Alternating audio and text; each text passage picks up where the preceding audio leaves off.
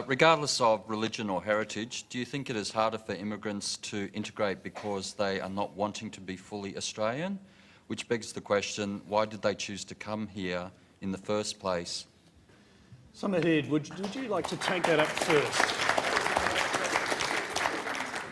Can I pose it to David? What's fully Australian?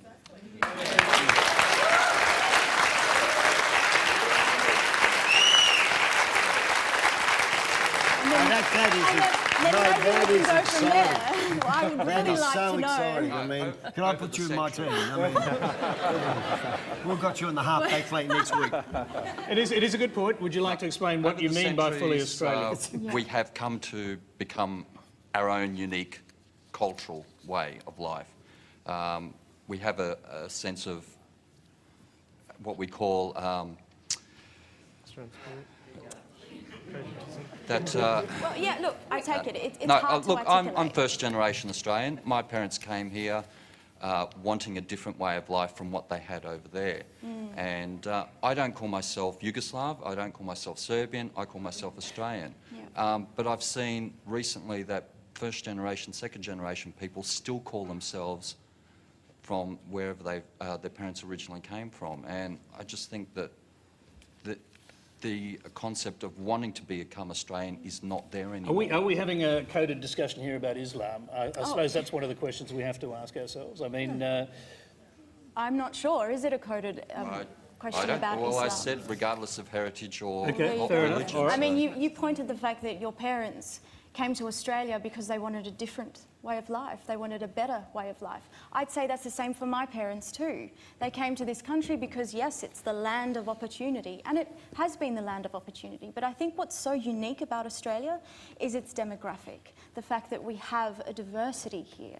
That's what's great about Australia, and I don't think we should shy away from that whatsoever. We also have great values. We're strong believers in democracy and in the rule of law and everybody having the same access to that law. We have a very open approach to people. We're known for our laughter and our tolerance of other people, and I think that they are great qualities for a country to have that transcend sport. And are about being Australian. Our national costume is T-shirt and thongs. What could be easier for everybody to have? And I think it's a myth to suggest that people come here to just be what they were. They come here to share the values, not just the opportunities. Let's hear from Scott Morrison. Integration, is that a word that you would adopt as part of your policy? Look, I think whatever word you want to call it, when Jessica Watson came into Sydney Harbour the other week, Australians spontaneously celebrated that event, and it didn't matter whether you're wearing a hijab, if you're wearing, thongs and a t-shirt or whatever, or your pyjamas. It didn't matter. People celebrated, I think, the values that were inherent in that moment. Courage, determination, all of these things that Jess, I think, said to us all, we could all identify with. And I think those Australian values are accessible. I don't think they're exclusive. I think for whatever culture or heritage you can come from, you can celebrate that heritage, but you embrace those values. And that's the feedback I get. It's something I strongly believe in, and I think that's what resonated on that day. Wow. I think one of the problems is that in this debate, we're always focusing on what's different and not what's the same. We're always focusing on our differences, not our similarities. I mean, I grew up in Parramatta and went to school at Macquarie Boys High School, and that was a diverse school.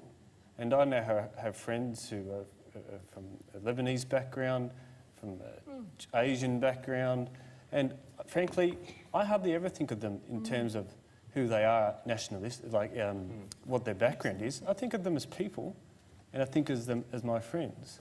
And that's because we've lived together, we've lived life together. And I don't see those differences. We have differences like I do with any of my friends. That's it. Right. And I think that Australia, if it can continue on this, continue accepting immigrants and continue ensuring that they live together and experience life together, that Australia stands on the precipice of being able to be a leader in the world, of showing that we're becoming more a world of human people and not people who are just restrained by the identity of borders.